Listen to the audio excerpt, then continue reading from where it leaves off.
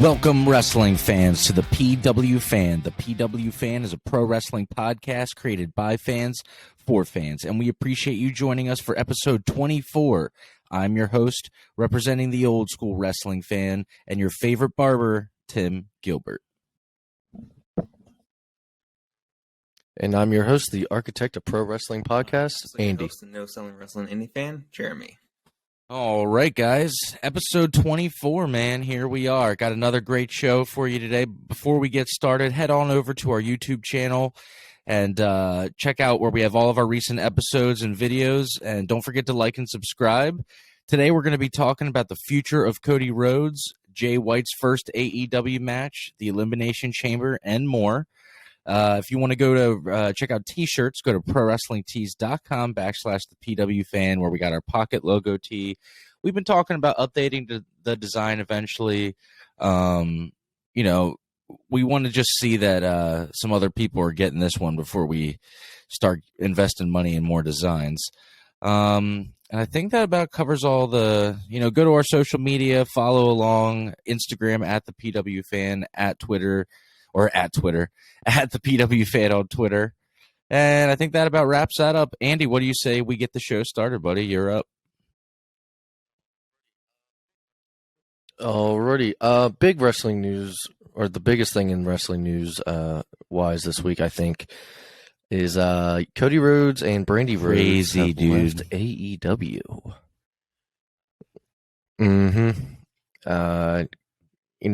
Before you hopped on here, me and Jeremy were kind of talking.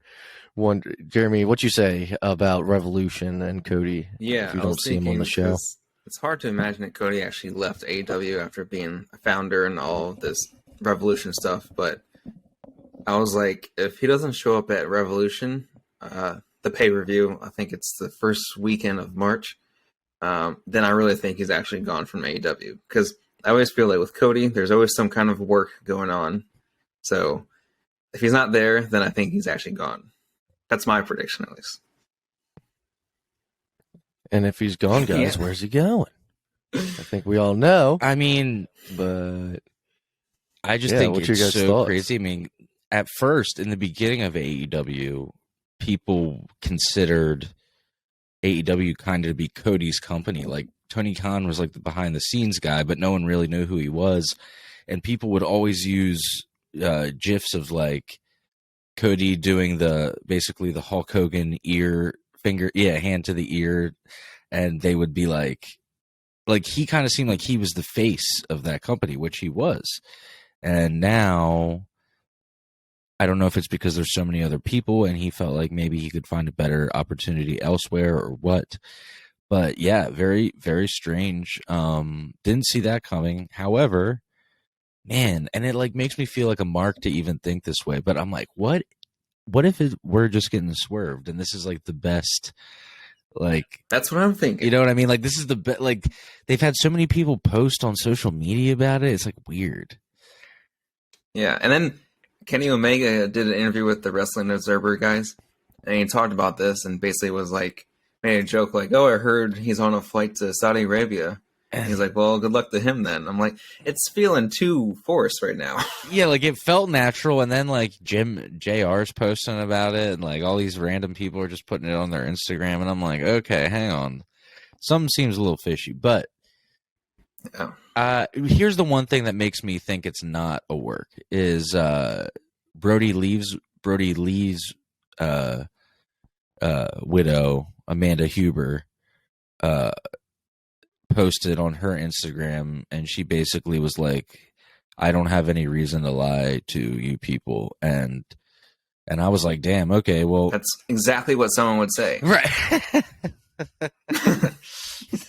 I don't know, dude. That's heavy, man. I don't know, but we'll see. But if they get us, they get us. But I've been watching wrestling a long time, and I'm like, I don't know. If he goes to WWE, I mean, he has established himself as a bigger star than when he left there. I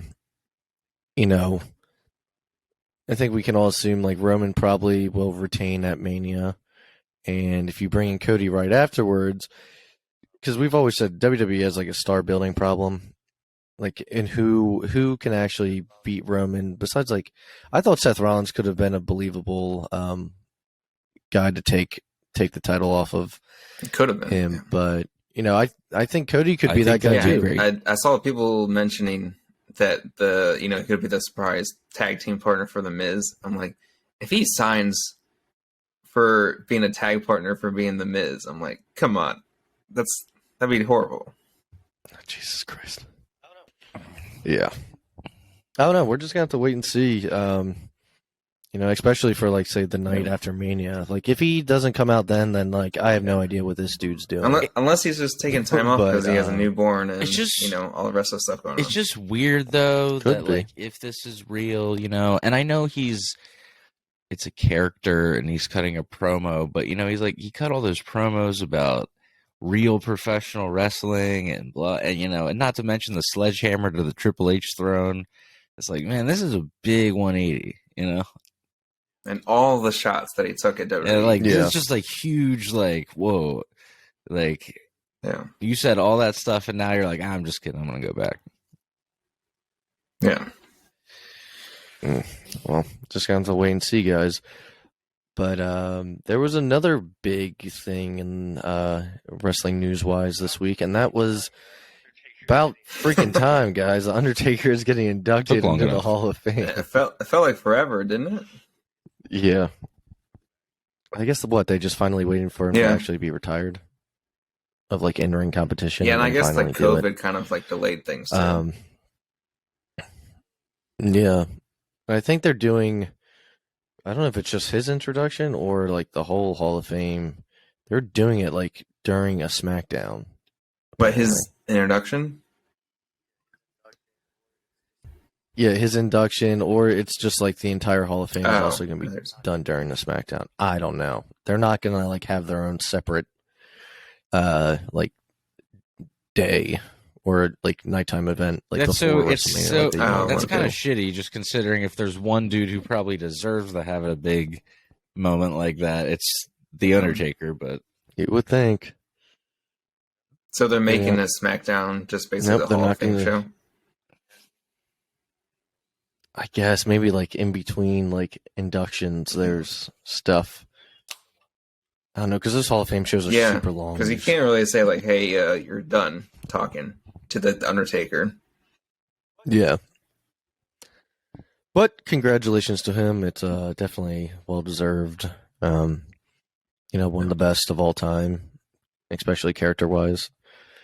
He took a dead guy and turned him into a believable dead guy character. That's my new thing that I'm going with. I'm like, dude, he took literally the worst gimmick ever. Think about it. And made it the most iconic gimmick ever. Yep. So, I mean, only he could have done it. So, congratulations to him. I thought that's he's always been one of my favorites, especially back in the day. He's the man. I don't think they've announced anyone else. I think he's the first, and I would assume he's going to headline. He better. The Hall of Fame. Like, yeah. Who else can you put up there, like, in this year that's like above him? I don't know. But the next thing on the list, they renamed 205 Live, guys, to NXT Level Up. Now, I don't really watch 205 Live at all, but I just think the name, the name is just so ridiculous to me. That's just like some. I don't understand. That's just like some shit of, like, somebody who's, like, trying to sound young and, like, current. That's what it feels like. It does sound like. I don't know. I'm not gonna watch it. It does sound like a bunch of old guys in the room. They're like, "Level up." This sounds like a cool hip thing. I heard it. These millennials. They saw it on a shirt in, like, 2013. They're like, a new thing, level up. It's like a decade old already. God. So we'll see if that, I don't know what they're going to do differently. I don't know if changing the name is going to make them think that, more eyeballs are going to get on the product. Probably not. For me, it would steer me away even more. But is that's only on the network? Maybe right? or Peacock. Hey, but I believe so. Yeah. Hey, before you get too not on like live far TV. into the rest of the show, I just wanted to like say that because every time we do this, it's fun, and we said that we might start filming it and putting it up live. I watched what did we just watch together the other night, Andy? Yeah, we watched Dynamite together, then we had our friend Jesse, and big fan of the show, Jesse Leonard. We invited him to hop on, and we talked, and it was a good time. So we didn't film that one. That one was more just for just hanging out. But eventually we might.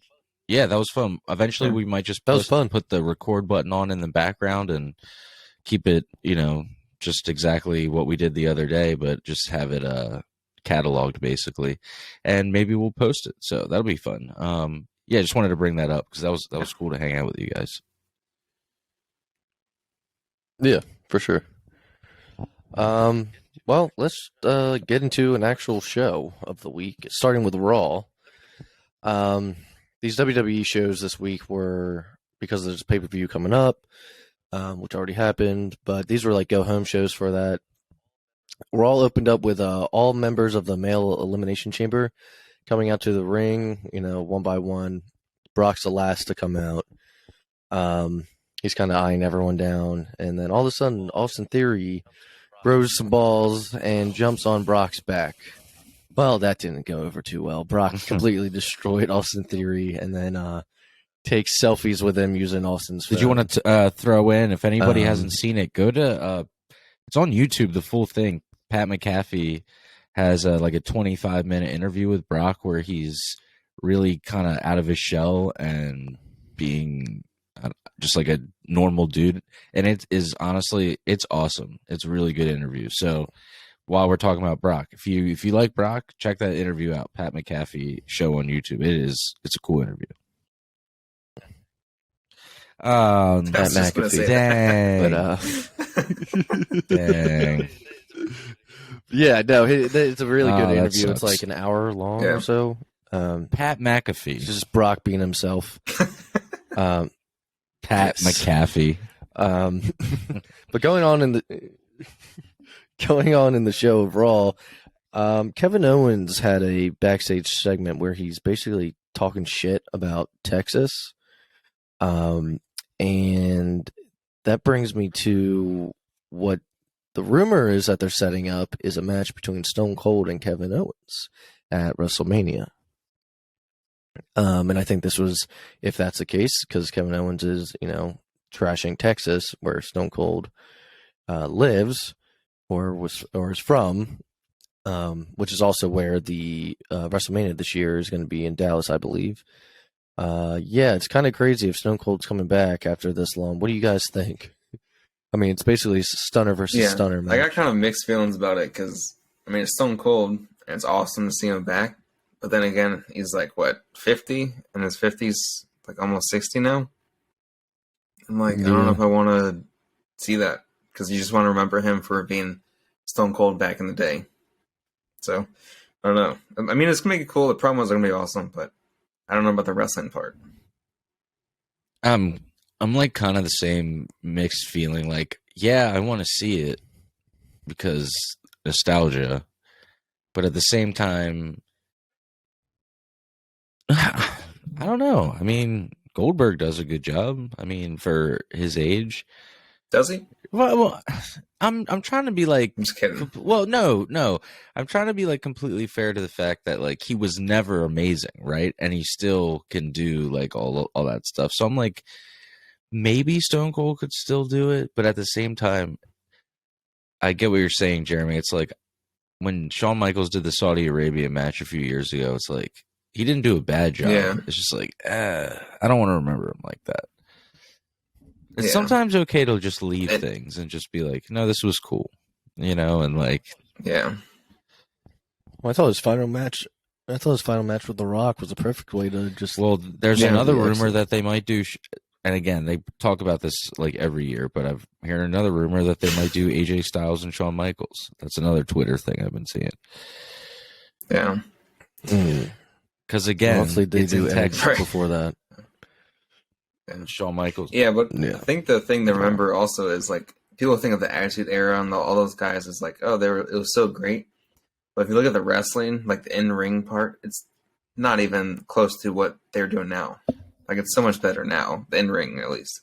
Yeah, I mean, I don't think that those guys were given the, except for the main events. There were some, like, good main events, like, anything that, like, Austin, Triple H, The Rock, and Mick Foley was in was pretty quality. But, yeah, like, Angle, but a lot of the undercard stuff, when it, was very storyline heavy and was very kind of shock, crash TV heavy. Yeah, some of those matches were not great. Like, I think people look at that stuff through like rose-colored glasses. We were kids, so all I cared about was like, oh my God, Stone Cold got arrested again and he beat up Vince McMahon. I mean, I remember like my friend running in the room and being like, you guys see Stone Cold got arrested again? And I was like, oh my God, this is real, in my head. And I'm like, I was like 9 or 10. Yeah, so yeah, man, a lot of that stuff back then, it was just so shock value driven that I couldn't tell you like, oh man, it was a classic match back then. Like, there's a couple main events that come to mind, but it's like where if you go back, I could be like, okay, Steamboat versus Flair, Chi-Town Rumble, Starrcade, Harley Race versus Ric Flair. Like, I could like go back to these like classic moments where in the Attitude Era, I'm like trying to think of like a match that was really just like a straight up like banger that like was what I mean? Hell in a Cell, Shawn Michaels and Undertaker, the first one. No, the Triple H. No, the first one. Sorry, I was thinking was Undertaker and Shawn Michaels, and that was a 5-star match. But yeah, I don't know. Mm-hmm. Well, if Stone Cold does come back and has a match, I mean, he looks like he's in good shape, but does that mean he'll be in ring shape? I don't know. But I bet they're going to be paying him a lot of money to come back after this long. That's the thing. Shawn didn't want to come back. That's for sure. He didn't even want to do it. He did it like for a lot of money, and he did it as a favor. And then it sounds like Stone Cold's going to do the same thing. Yeah, I mean, mm-hmm. Well, it also gives them a chance to get in the ring with younger. They do also have to fill out that stadium, which is 100,000 seats. Yeah, they gotta get some meat on the bone. Something right like now, that. Yeah. It's not happening.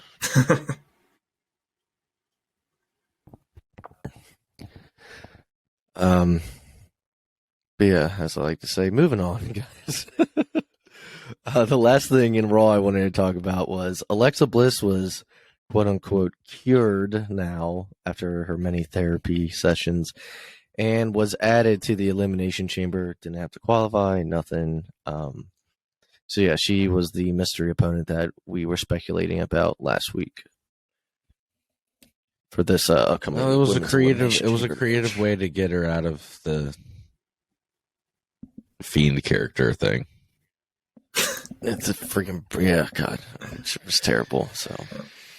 All right, let's move on to Dynamite, though, this week. And like you said, Jesse, we watched it with one of our Leonard. listeners, that was fun, even though I hopped in like late with y'all. But you stayed throughout the whole thing. It was pretty fun. So, yeah, it started off with a CM Punk segment. He comes out there because he won that tag match with Jon Moxley the week before. He was allowed to pick the time, place, and stipulation to his match with MJF at Revolution. So he said, or just his rematch with MJF. So he picked March 6th, Revolution, as the time and place. And then he chose a dog collar match. He tells MJF to come out, and basically MJF doesn't say anything. He just intimidates MJF the entire time, and then MJF ends up walking away. So how do you guys feel about this? I know the whole dog collar match, with you, Tim, has to do with like old school wrestling and stuff. So I'll pass it off to you guys. I'll let Jeremy go first if he wants to give his thoughts on the promos and stuff. Yeah, I mean, it's another great promo by Punk, and just having him sit in the middle of the ring to start the show was pretty cool, because I don't feel like he's done that a lot recently. Oh yeah, he did his old promo about being straight edge. Oh yeah, that's how he started it. That's how it started. Yeah, the dog collar match. I feel like because of the way Punk and MJF are doing this, it's gonna be a very bloody match on March 6th. Just because also of how much they mentioned Piper and how much they reference Piper's matches when he did the dog collar match. Yeah, I just feel like it's gonna be like a bloodbath almost for this show, or is what does WWE call it, like bloody mutilation or something? They call it like that. But yeah, it's gonna be one of those matches, I feel like. But I can't wait for it. I'm actually just looking here to see if I have a Piper. Let's see. I have a Piper DVD here. Yeah, it's right here. Okay, so it was 11/24/1983, and it was Starrcade 83. It was a dog collar match for the NWA United States Championship. Roddy Piper versus Greg Valentine. So super brutal. And if you've never seen it, you can either watch it on this one of these Roddy Piper compilation DVDs, or I'm sure you can find it on Peacock on Starrcade 83. But yes, it's a really brutal match. Piper, I remember in this documentary actually saying that during the match, Greg Valentine busted his eardrum. And after the match, he cuts this really gnarly promo. He's like, "Hey, Valentine, is that all you got?" So that really sticks out to me. So I'm assuming that this will be violent, which would be awesome because it'll pay homage to the original. And if anybody here is listening that's not familiar with Greg Valentine, old school wrestler around Roddy Piper's era, if you're like a general wrestling fan, you probably know Roddy Piper, so don't have to explain much there. But that's what he meant when he said, "Will you be my Valentine?" So I feel like you'd have to be like pretty into wrestling to know that reference, especially something that's, you know, at this point that old. But I thought it was really cool. I thought it was a strong promo, and I'm actually really excited for this match.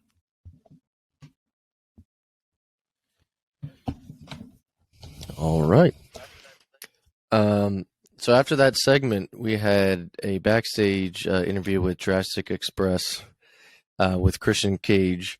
There was an awkward like three-way joke that Luchasaurus really didn't like that because he was yeah. And they talked about there's an upcoming like three-way tag match, I think, coming up in a casino tag battle royale, I believe. They kind of were getting into both of those things during the interview. Afterwards, we had our first match of the night. It was Bryan Danielson versus Lee Moriarty. Your winner was Bryan Danielson. I mean, who didn't see that coming? Danielson gets on the mic and he wants to answer about Moxley joining him. So then Moxley comes out and he gets on the mic. And one of the things that he said at the very end, you know, he talks about, you know, at one point wanting to wrestle him, and then he said that he listened to everything that Danielson had said and, you know, made some good points. But he said he doesn't stand side by side with anybody unless he bleeds with them first. So to me, this sounds like if they are going to pair up, they have to have some kind of match together first. And if he's talking about bloody, you know, blood, it's going to be some kind of. All I know is that whatever card is coming up is going to be very bloody. Based off the last. Yeah. That's Revolution, yeah. So do you get? Maybe we'll watch. Maybe we can watch that together. So, we'll talk about it. We'll talk about it off air, guys.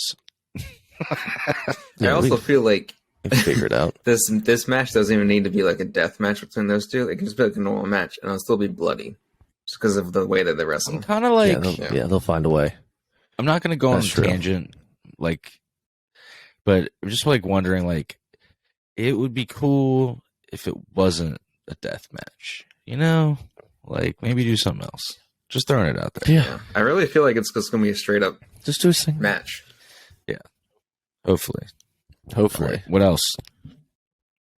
After that, we had a kind of a video package for Keith Lee, who had debuted in AEW last week. And then we had a Wardlow match versus Max Caster. And the winner was Wardlow, who has been winning every match, basically. I think this was a Face of the Revolution qualifying match, if I'm not mistaken. Yeah, Yeah, it's But yeah, winner was Wardlow. Just one thing about this qualifying match is like now they have 3 guys: Wardlow, Keith Lee, and Powerhouse Hobbs. Some big guys in this match for a ladder match so far. Yeah. Jesus. Afterwards, Anthony Bowens attacks, and Wardlow gets no help from Shawn Spears because he is garbage. And Wardlow takes him out, takes out Anthony Bowens and Max Caster, and yeah, Shawn Spears has just walked away. No help. God, he's a waste of space. I just want to know, who is he boys with now that Cody's gone, where he gets this much TV time? I just don't understand. Dude, I don't know. The listeners know how we feel about Shawn Spears, especially you. Put a T-shirt on under your blazer. We have no idea. That's our next T-shirt. It just says Shawn Spears sucks. Yeah, it's going to be a T-shirt that says, "This is the shirt that Shawn Spears should wear under his blazer."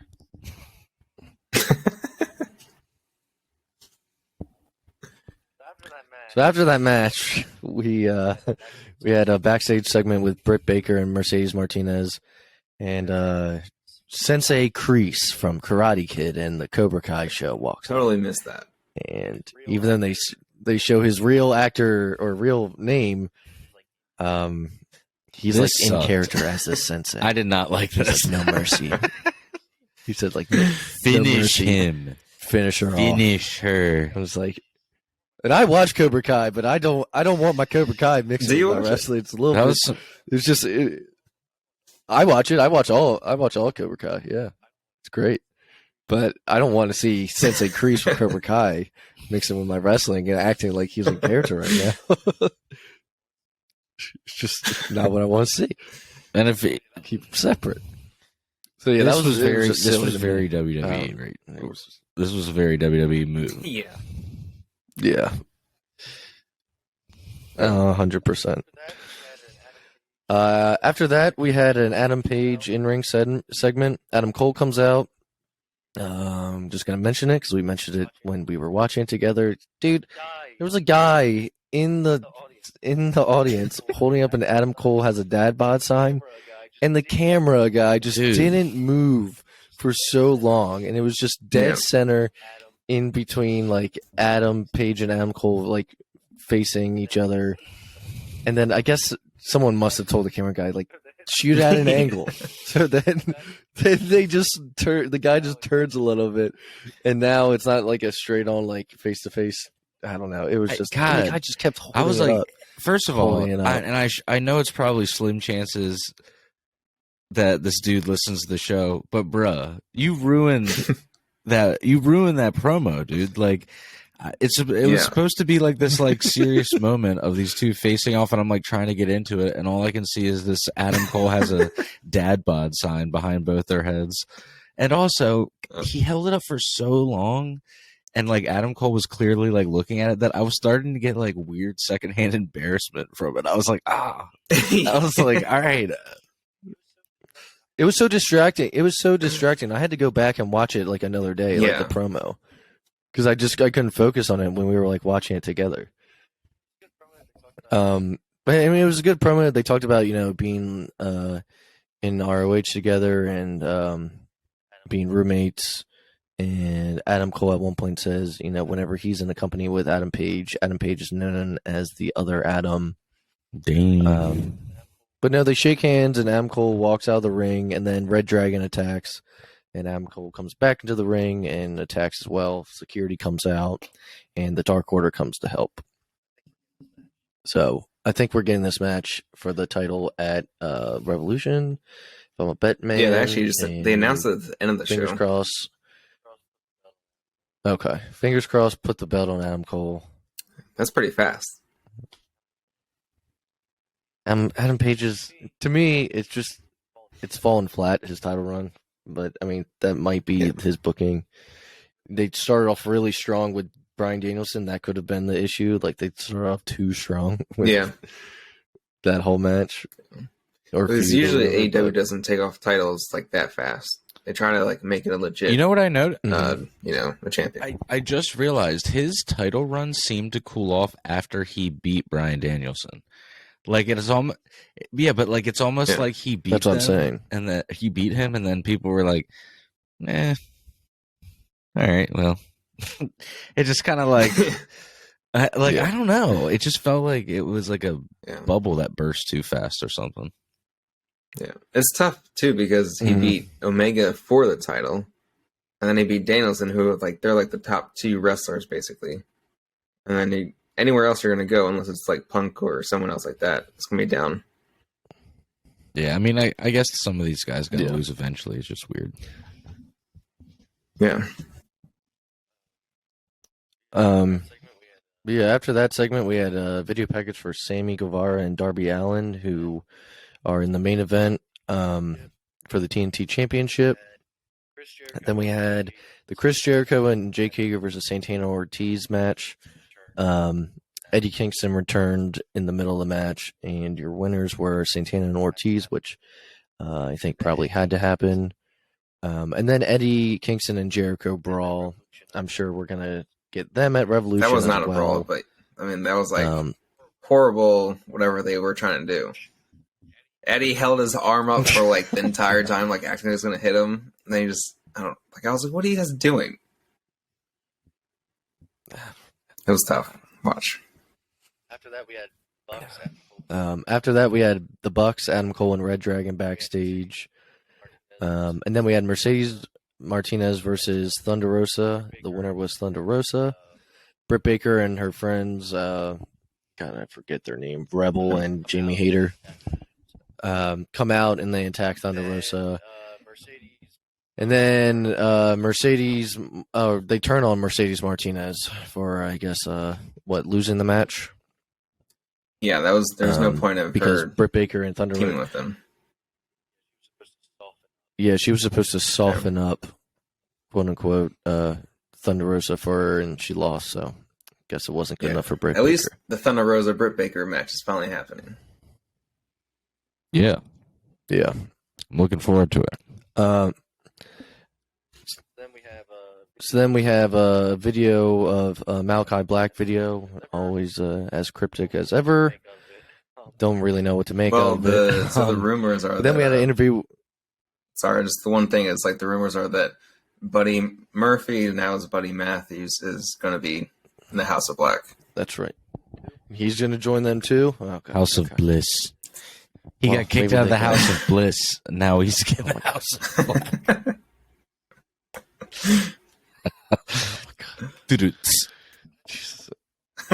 So then we have an interview with Jay White, who is talking about his match at Rampage this week. It's going to be the main event of it. It's him versus Trent Beretta.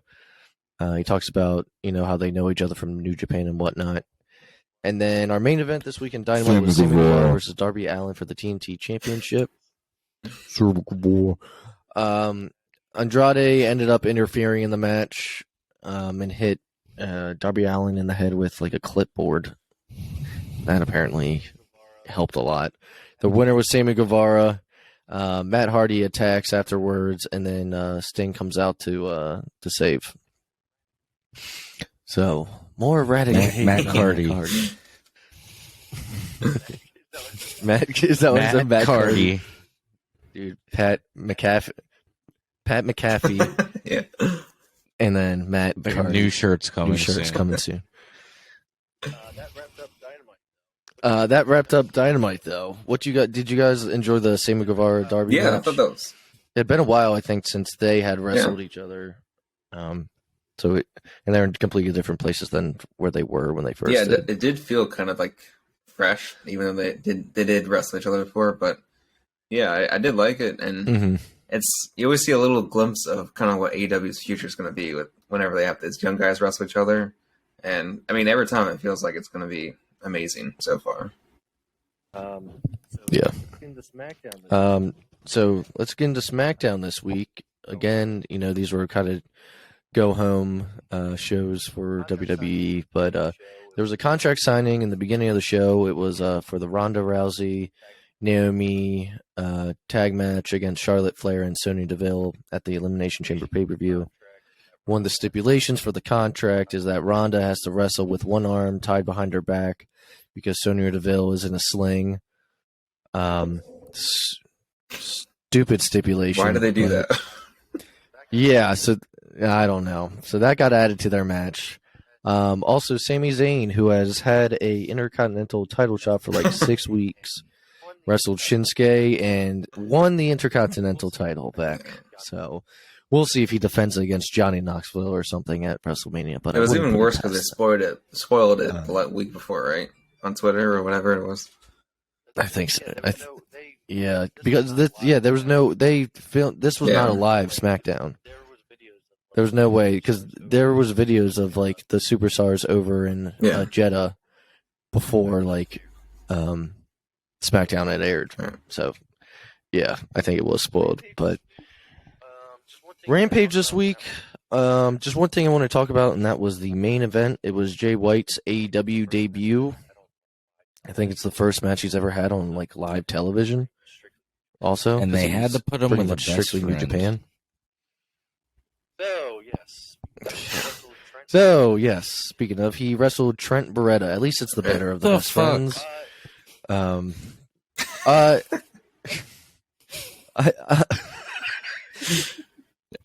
enjoyed the match. I enjoyed the match. I think Jay White's really good, especially for only wrestling for, they said, 9 years. Yeah. I just like his character. I mean, look, I'm busting chops. I thought the match was good and competitive. I literally just watched it again, like an hour before we started recording tonight, and because I like him, I like Bullet Club for life. But it was cool, and he's in great shape. He has a great look. I just thought it was weird that that's the opponent that they chose, but still competitive, strong match. Yeah, it was really good. It was a nice like introduction to the American audience, I think, for Jay White. Yeah, he has a good look to him. I think he's going to the ring too. So he's young. He's like in his 20s, and did you see on Impact's pay-per-view that he turned on? Forget those two names. Yeah, what, Tonga? And then he Tonga and tagged. So the Gorillas he tagged of the Bucks in like one of the videos or something like that. So hopefully there's more to like this storyline. Yeah. Okay. Well, I'm interested. All right. Well, let's finish off with Elimination Chamber. The pay-per-view was Saturday night or Saturday afternoon, 12 p.m. It was lunchtime pay-per-view. It was awesome, as Jeremy said. So the kickoff show, I didn't see it, but it was Miz versus Rey Mysterio. Rey Mysterio won. I have no opinion on it, though, because I missed the kickoff. But the official show opened up with the Universal Championship match, Roman Reigns versus Goldberg. Guys, there was nothing good in this match. There was nothing bad that happened. Like, there was no big Goldberg botch in Saudi Arabia this year, but there was nothing good. I was like, he made it through without botching. So, he was nothing good. Yeah. Roman ended up winning with a guillotine, and Goldberg passed out or whatever. I'm glad that's Goldberg's last match on his contract, because how many times did he come back and not win a title, but he keeps challenging for a title? Last time he won the title, I'm going to go out there. He beat the I'm going to make my son proud. Oh my God. I mean, how can you not think Roman was going to win this when Brock already picked Roman as like? That's when I got to be Daddy Goldberg, and Daddy Goldberg's got to go home and be a daddy.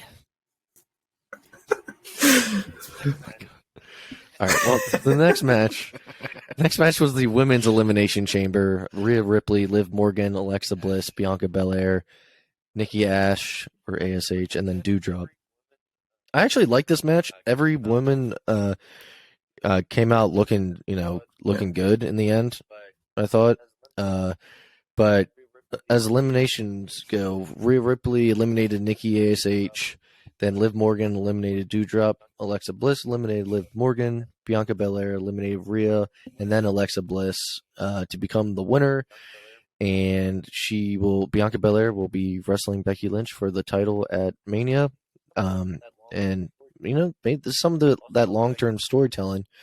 She lost the belt to Becky Lynch and has not been, kind of in the main event title picture since then. And their story has kind of come full circle. So let's see if she can redeem herself from that 20-second loss and beat Becky Lynch at WrestleMania. It was nice to see her win and get some spotlight back. There was a quick chamber match though. Both of the chamber matches were quick in terms of what they usually are. Yeah. Mm-hmm. Yeah, I think the show total was only 2 hours and 47 minutes long. They could have stretched the matches a little bit more, but so the next match, which I did not enjoy, was Ronda Rousey and Naomi versus Charlotte Flair and Sonya Deville. Why? Because Ronda, like I said, has to have. Yeah, dude. Yes. Forgot how sexist Andy is. How did you know? No, dude, it just wasn't good. Ronda's out there in her judo gi with one arm tied behind her back. And as soon as the match starts, Sonya takes off her. They just have to be completely covered up. They just have to be completely covered up. It's very progressive. Speaking of sexist.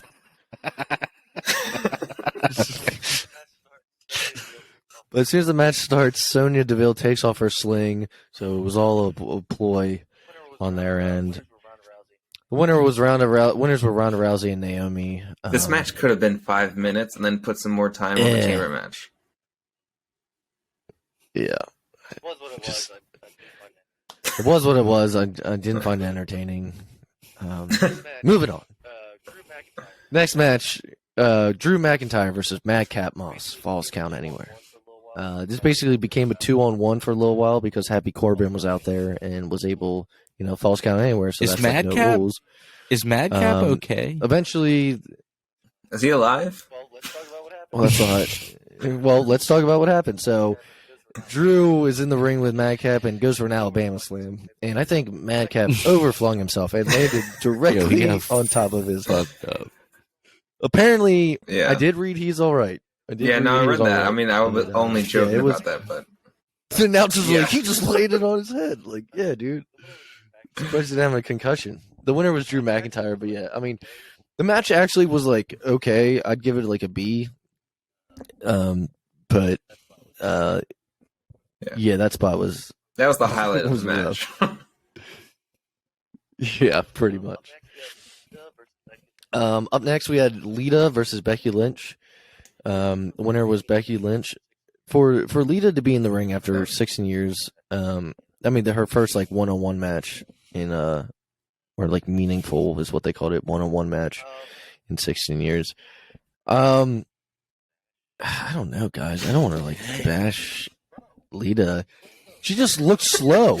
She just looked slow. She was running doesn't slow. Like another woman wrestler. She seemed at one point. At one point, she seemed gassed.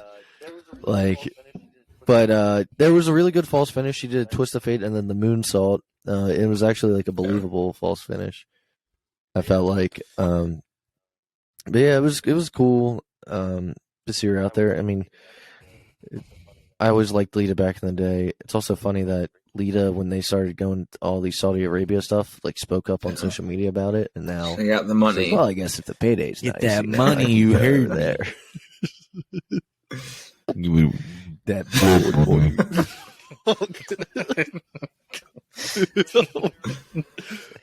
But the winner was Becky Lynch. So yes, at Mania we will have Bianca Belair versus Becky Lynch. Well, hopefully, if she wrestles again for Lita, she'll get the ring rust off, and then because a lot of the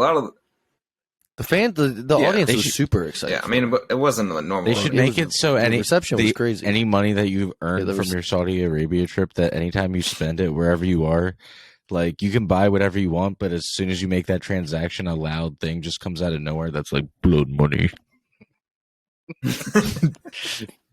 Oh my god! All right, All right, so our cool down match right before the men's chamber was Viking Raiders versus the Usos for the Smackdown Tag Team Championships. It wasn't even a match. There was no winners. Wasn't a match. There was no winners. The Usos took out the Viking Raiders during their entrance and were deemed in no condition for the match. Now, if you're Viking Raiders and you're like, hey, you're going to fly like 20-some hours but not have a match. You got that? I mean, I want to hear how much... I want to hear how much they're getting paid, because that's not worth it, really. Just take us off the show. Like lots of blood money. My God. And that's like, speaking of, false advertising, you say there's going to be a match and then I know it's like the card subject to change, but I hate when they do this stuff. And it doesn't help on the next match either. No. So, final match of the night was the men's Elimination Chamber. It started off with Seth Rollins and Austin Theory. And while they're in the ring together, Seth does a buckle bomb to Theory through Bobby Lashley's chamber. This gets Bobby concussed, and he's carried out the match. Well, apparently Bobby has been hurt since and this was the way of getting him out. Not even thinking about his actual injury, but imagine in the match, it's like this glass or plexiglass falls on his face, and Bobby Lashley, who's supposed to be this huge tough guy, all of a sudden is concussed and he can't wrestle anymore. Yeah. And then the other wrestlers are getting thrown around through it, and they're still wrestling. So after Bobby's carried out, the match goes on. So after Bobby's carried out, the match goes on, and when the countdown comes, and everyone's in the ring but Lesnar and Lashley, the countdown lands on Lashley's cage. Well, Brock didn't want to wait anymore, and he broke out of his chamber. Apparently is not planned. Which apparently was not supposed. It was not planned, guys. Brock is just a monster and broke that chamber. Which was an amazing move by Brock then. So, just yeah, because if it didn't work, it would just not look very good. But the fact by that the way, just, which just reminded me, like the Hawk. He did bust out like the Hawk. And on that Pat McAfee show where he was talking about, he said, hey, some guy jumped the railing and attacks Seth Rollins, and then he literally looks at the camera and he's like, I dare somebody to do it. And then he gets somebody, he's like, I dare somebody to Dude, it would massacre. Just be bloody television. Oh my God. So Brock gets in, he eliminates Rollins right away, eliminates Riddle, then he eliminates AJ. It comes down. No, it came down to Austin Theory and Brock. And Brock's stalking Austin Theory around the ring. Austin's playing the coward. Austin eventually low blows Brock and then does a drop kick to him, and that pisses Brock off. So then Theory goes to climb the cage and tries that. He gets half of his body out the roof of the chamber, actually. But Brock, quick as hell, climbs that chamber really fast. And he pulls down Theory, brings him to the top of the chamber, takes Theory's head and smashes it 3 times in a row into the plexiglass, which was just super like it was just getting that looked violent. I was like, his head was bouncing, man. Sick. Then Brock picks up Theory and Also just sick. F5s him off the chamber. Brock climbs back down. Well, actually, before Theory was climbing up the chamber to get away from Brock, he ran into one of the chambers and Brock kicked that in and pulled Theory out of it. But yeah, after the F5 off the chamber, Brock climbs down, pins Theory 1, 2, 3, and it is officially title versus title at WrestleMania. Brock Lesnar versus Roman Here comes Reigns. the pain. So that wraps up Elimination Chamber. I mean, I'm sure we all saw that coming once they added Brock into I'm excited for this match match itself. This title versus this has got to be it. All right, no more after this. One more. They legit did a whole pay-per-view just for this match. Yeah, the entire pay-per-view was just for one match. But bet the Prince was happy. Well, he was just wondering where Andre was. He's like, could Hogan not make the trip? I don't understand. Yeah. You know, Hogan would have taken that. Hogan was there. He was like, I'm in. Let's do this. Yeah. Flair vs. Hogan in the main event. But yeah, guys, that wraps up the elimination. Well, what did you think about like when Brock came in and just eliminated everyone like with one move? Because that's kind of his thing. Yeah, right? Didn't like it at first. Yeah, but they're like wrestling the whole time. It's like it's not like just low level guys either. It's like AJ Styles, Seth Rollins. Eat, sleep, conquer, repeat, man. That's Brock's motto. Yeah. I'm gonna go up there. I'm gonna drink a Coors Light. This Bud Light won't pay me nothing. And hell, Bud Light might even get on top of my wife tonight. Brock called it on that Pat McAfee show. He said, take Jet over. What? Win Elimination Chamber. Come back with title. He called it. What? Yeah, guys, that interview was funny. But yeah, so like I said, that wraps up the Elimination Chamber, and that's the end of the show. All right, guys. Well, thank you so much for joining us for episode 22. Should we start doing that on the exit of all the episodes now? That's the end of the show. I was going to ask you if you want to do that for the outro. All right. So, like, and also it's episode 24. It's not 22. Oh yeah, that's right. What am I talking about? Episode 24. Yeah. All right, guys. So, one more time, follow us at the PW Fan. I can't talk today. Take a shot. At the PW Fan on Instagram and Twitter. Join us next week for episode 25, where we talk all things pro wrestling. Appreciate everybody who listens, and we'll talk soon.